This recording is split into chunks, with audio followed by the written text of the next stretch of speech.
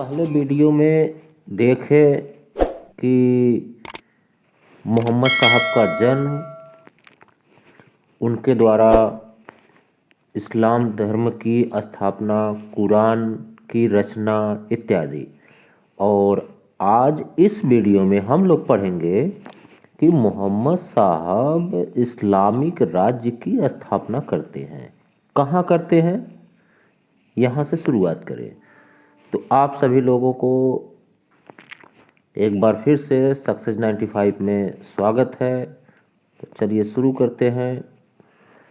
Islamic राज्य की स्थापना कौन किया है? तो इस्लामिक राज्य की स्थापना करने वाले हैं पैगंबर मोहम्मद साहब। यह इस्लामिक राज्य की स्थापना करते हैं।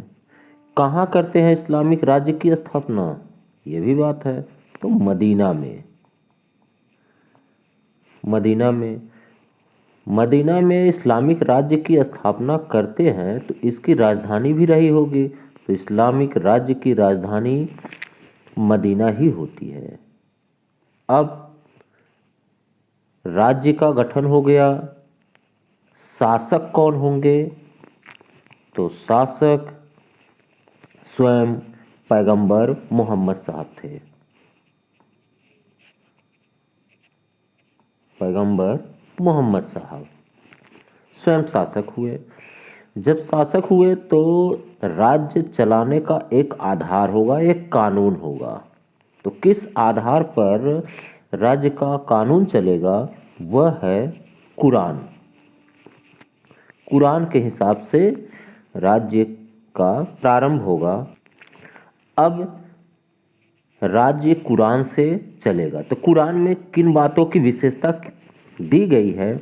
तो इसमें दो तरह के कानून बने हैं। एक है जिसको कहा जाता है जवाबित, एक है जवाबित और दूसरा है शरीयत। दूसरा कानून है शरीयत। दोनों में अंतर क्या है? जो जवाबित है वह धार्मिक कानून है और जो शरीयत है वह राज्य का कानून है। यदि राज्य का व्यक्ति शरीयत का पालन नहीं करता है तो उसके खिलाफ फतवा जारी किया जाता है। ये व्यवस्था की गई है। अब कानून हो गया, शरीयत बना दिया गया, तो राज्य के लोगों को कुछ कर्तव्य भी दिए गए होंगे। वह कर्तव्य मोहम्मद साहब ने लोगों के लिए 5 कर्तव्य बताए। पहला कलमा, दूसरा नमाज, जो कि प्रतिदिन 5 बार पढ़ना है। प्रतिदिन कितनी बार पढ़ना है नमाज? 5 बार पढ़ना है। तीसरा है रोजा, रोजा अर्थात व्रत रखना है। और चौथा हज, हज अर्थात हज का मतलब तीर्थ यात्रा के लिए जाना है। और पांचवा है ज़कात। ज़कात एक प्रकार का कर है, टैक्स एक प्रकार का कर है। कौन लोग देंगे यह कर? तो यह धनवान व्यक्तियों के लिए था। किसके लिए है? धनवान व्यक्ति के लिए है। और ये तो कर्तव्य 5 बता दिया गया। अब राज्य तैयार हो गया है तो राज्य को आय की भी ज़रूरत पड़ेगी। वह आय कहाँ से होगी? तो मोहम्मद साहब ने कर व्यवस्था किया है। कर व्यवस्था किया है तो कितने प्रकार के कर की है? 3 प्रकार के कर हैं। कौन कौन से 3 प्रकार के कर हैं? पहला सदका, पहला है सदका। सदका किसके लिए है? तो यह ऐच्छिक कर है, इच्छा अनुसार जो करते हैं, देते हैं, ऐच्छिक कर। तो यह इच्छा अनुसार है कि जो इस कर को देना चाहे दे सकता है, नहीं देना चाहे न दे। दूसरा कर आपका है ज़कात। तो ज़कात के बारे में बता ही चुके हैं कि यह धार्मिक कर है। और धार्मिक कर धनवान व्यक्तियों के लिए ही है। कितना इनको देना है? तो अपनी आय का, जो आय उनकी हो रही है उस आय का 2.5%, 2.5%, अर्थात 100 रुपये का 2.50 रुपये पे करना होगा उनको। या फिर इसी को कहा जाता है 1/40वां भाग आय का, तो ये ज़कात देना होगा। और एक कर है तीसरा, उस्र। उस्र यह कर क्या है? यह कृषि पर लगता है, अर्थात उपज पर। और उपज पर 2 कर लिया जाता था। एक है 1/10 भाग लिया जाता था उपज का, और एक है 1/20 भाग कर लिया जाता था उपज का। 1/10 कब लिया जाता है? जब राज्य के अंतर्गत ही खेती हो, कृषि का कार्य हो, सुविधाएं राज्य प्रदान करता हो। और दूसरा जो 1/20 भाग जब कर देना है, तो यह कब देना? जब कृत्रिम खेती की जाए, मतलब इसमें जो जनता है वह स्वयं पूरी मेहनत करता हो, जितना खर्च लग रहा हो वह उस व्यक्ति, उस किसान का लग रहा हो, तब उसे 1 कितना देना है? 20 भाग, अपनी जो है जितनी उपज हो रही है उसका। तो ये तो आय के लिए बात हो गई। अब बात आई कि राज्य तो चलने शुरू हो गया, सभी व्यवस्थाएं मोहम्मद साहब ने कर दिए। लेकिन 632 ईस्वी में मोहम्मद साहब की मृत्यु हो जाती है और उन्होंने अपना उत्तराधिकारी अर्थात प्रतिनिधि नहीं चुना था। अब शासन का कार्य कौन करेगा? आगे जो भी राज्य को बढ़ाना है, अब उसके लिए आगे कौन आएगा? तो जनता ने एक प्रतिनिधि का चुनाव करते हैं, जिसे कुरान में खलीफा कहा जाता है। खलीफा का मतलब होता है प्रतिनिधि। प्रतिनिधि कहें, पृथ्वी पर खुदा का प्रतिनिधि कहें, यह उल्लेख है। और पहला जो खलीफा चुना गया वह है अबू बकर। अबू बकर। तो अबू बकर जी अब शासन का कार्य देखने लगते हैं। इस तरह से यह खलीफा अबू बकर का ख़त्म हुआ समय, तो उमर आए, उमर के बाद उस्मान, अली, ऐसे आते चले गए। इसमें कुल 14 खलीफा आए। उसके बाद फिर यह उमैयद वंश के हैं, और दूसरा अब्बासी वंश वाले आते हैं, उनका भी शासनकाल चल रहा है। तो इनकी जो राजनीति है, कुछ लोगों की राजनीति थी कि इस्लाम धर्म का केवल विस्तार करना है। इस्लाम धर्म जो नया धर्म आया है इसका क्या करना है? ये सभी खलीफा क्या करते थे? केवल विस्तार। अब विस्तार किस बेस पे होता था? तो वह है युद्ध के बेस पर होता था, अर्थात तलवार के बल पर धर्म का चारों तरफ प्रचार होता था। और यह इतने तेजी से इस्लाम धर्म फैलने लगा कि पूरा यूरोप केवल इस्लाम ही बन जाएगा। लेकिन 716 ईस्वी में, 716 ईस्वी और 732 ईस्वी में 2 युद्ध होता है। 716 ईस्वी में जो युद्ध हुआ वह कुस्तुनतुनिया के निकट हुआ था, थियोडोसस तृतीय को लेकर। और दूसरा युद्ध होता है 732 में, तो यह टूअर्स के युद्ध के नाम से जाना जाता है। चार्ल्स ने इस्लामों से लड़े थे। इसमें थियोडोटस तृतीय और यहाँ पे चार्ल्स ने युद्ध किया था, और इन दोनों ने इस्लाम को परास्त कर दिया और इस्लामिक राज्य वहीं से रुक गया। यह तो बात हो गई कि इस्लाम का प्रचार प्रसार और कब रुका। उसी बीच में भारत की भी चर्चा थी। चारों तरफ कि भारत काफ़ी धनवान है। अब भारत में भी इच्छा हुई होगी, इस्लामिक जो राजा हैं उन लोगों की चाह हुई होगी, खलीफा की चाह हुई होगी कि हम भारत में भी पहुँचें, वहाँ पे भी आक्रमण करें, वहाँ के भी धन को लूटा जाए, अपने धर्म का प्रचार किया जाए।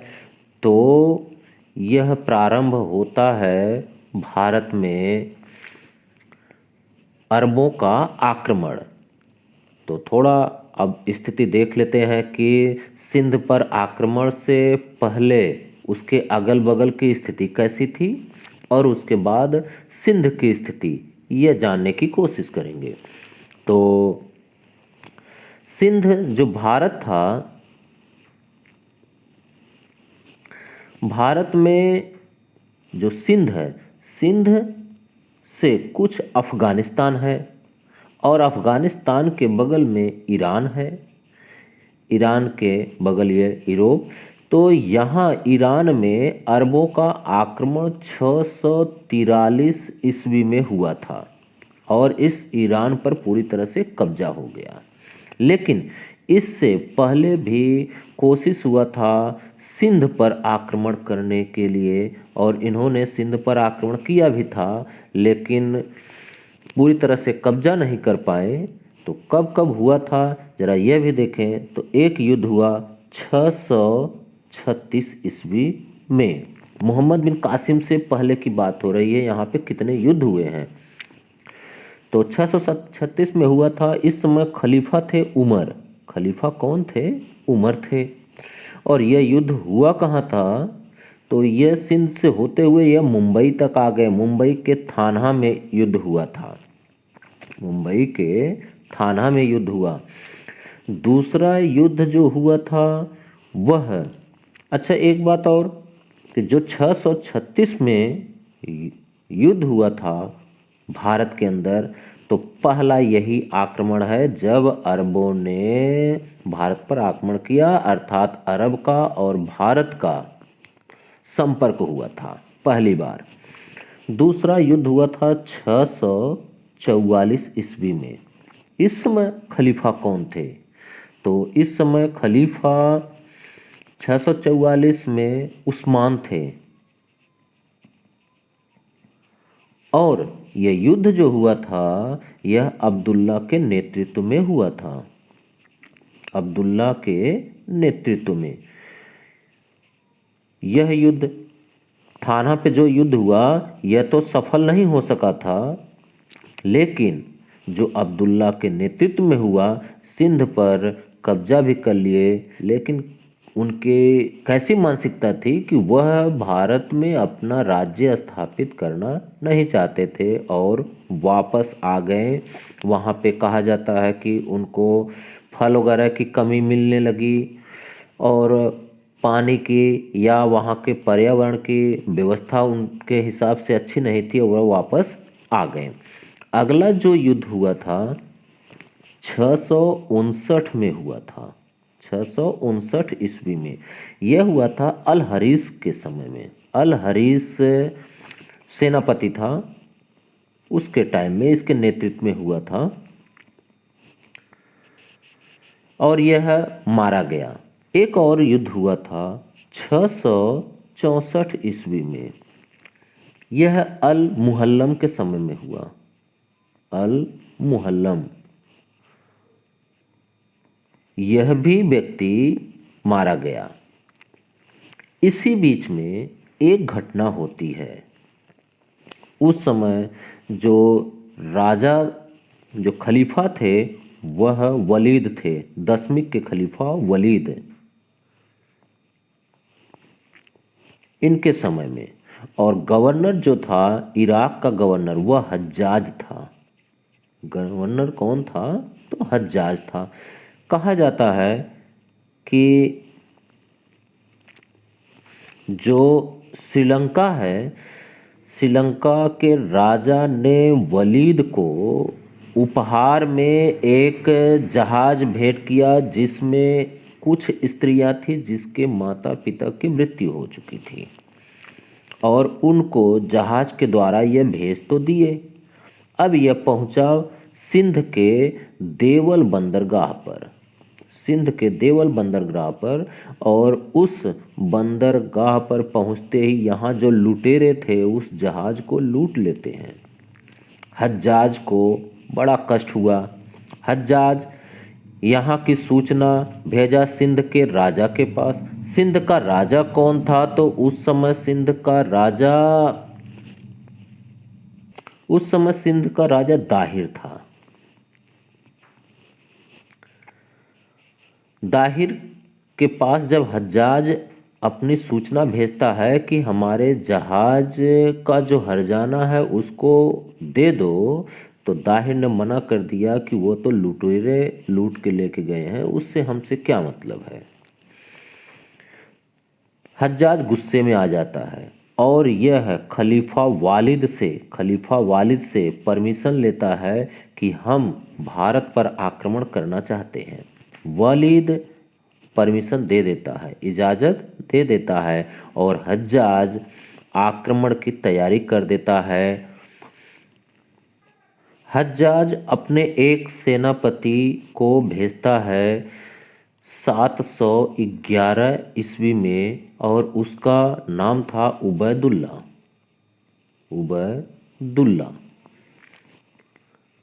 और यह व्यक्ति आक्रमण तो करता है लेकिन मारा जाता है।